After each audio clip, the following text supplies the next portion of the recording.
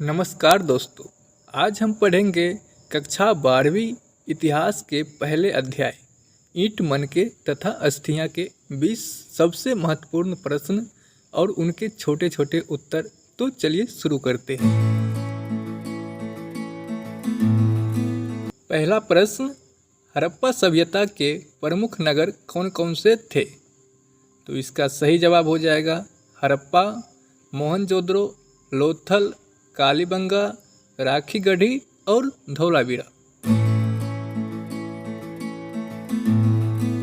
अगला प्रश्न, हड़प्पा सभ्यता को सिंधु घाटी सभ्यता क्यों कहा जाता है? तो इसका सही जवाब हो जाएगा क्योंकि इसके अधिकतर नगर सिंधु नदी और उसके सहायक नदियों के किनारे बसे थे। अगला प्रश्न, हड़प्पा सभ्यता की प्रमुख विशेषताएं बताएं। तो इसका सही उत्तर हो जाएगा योजनाबद्ध नगर, पक्की ईंटों से मकान, जल निकासी व्यवस्था, व्यापार और मुहरे। अगला प्रश्न, हड़प्पा नगरों की जल निकासी व्यवस्था का वर्णन कीजिए। तो इसका सही उत्तर हो जाएगा घरों से नालियां निकलकर मुख्य नाली में जाती थी जो ढक्कन से ढकी रहती थी। अगला प्रश्न, मोहनजोदड़ो का महान स्नानागार क्या था? तो इसका सही उत्तर हो जाएगा ये एक बड़ा जलाशय था जहां धार्मिक स्नान किया जाता था। यह स्वच्छता और धर्म का प्रतीक था। अगला प्रश्न, हड़प्पा वासियों के घरों की बनावट कैसी थी? तो इसका सही उत्तर हो जाएगा पक्की ईंटों से बने 1 या 2 मंजिल के घर जिसमें आंगन, कमरे और कुएं होते थे।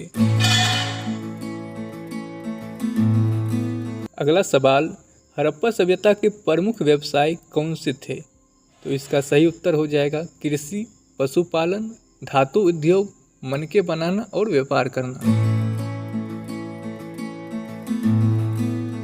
अगला प्रश्न, हड़प्पा सभ्यता में ईंटों की क्या विशेषता थी?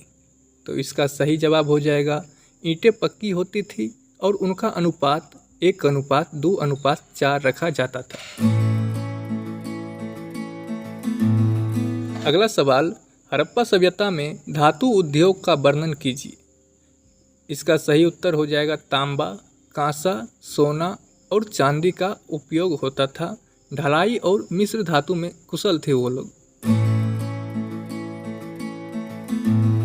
अगला प्रश्न, मनके निर्माण से क्या जानकारी मिलती है?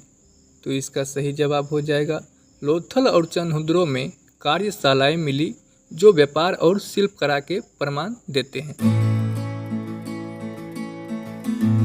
अगला सवाल, हड़प्पा सभ्यता में व्यापार का स्वरूप क्या था?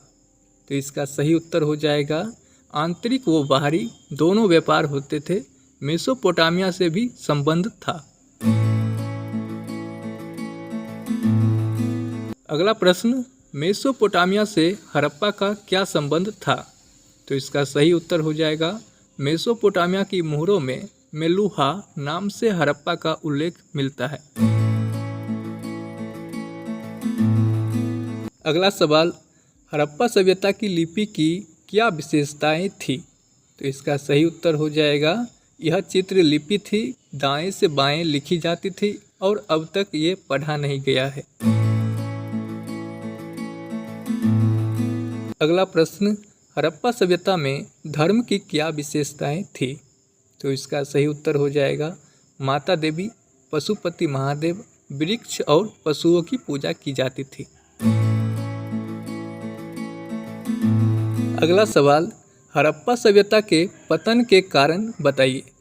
तो इसका सही जवाब हो जाएगा बाढ़, जलवायु परिवर्तन, नदियों का मार्ग बदलना और आर्यों का आक्रमण। अगला सवाल, पुरातत्वविदों को हड़प्पा सभ्यता की जानकारी कैसे मिली? तो इसका सही जवाब हो जाएगा खुदाई में ईंटें, मुहरे, औजार, मनके और अस्थियां मिलने से जानकारी मिली। अगला सवाल, मृतक दफनाने की परंपरा के क्या प्रमाण है? तो इसका सही जवाब हो जाएगा मोहनजोदड़ो और हड़प्पा में कब्रें मिली है जिनमें वस्तुएं रखी गई थी।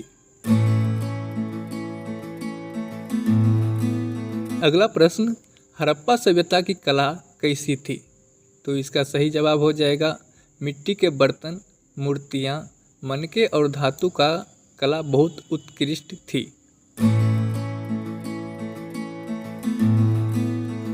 अगला प्रश्न, मुहरों सील का क्या महत्व था?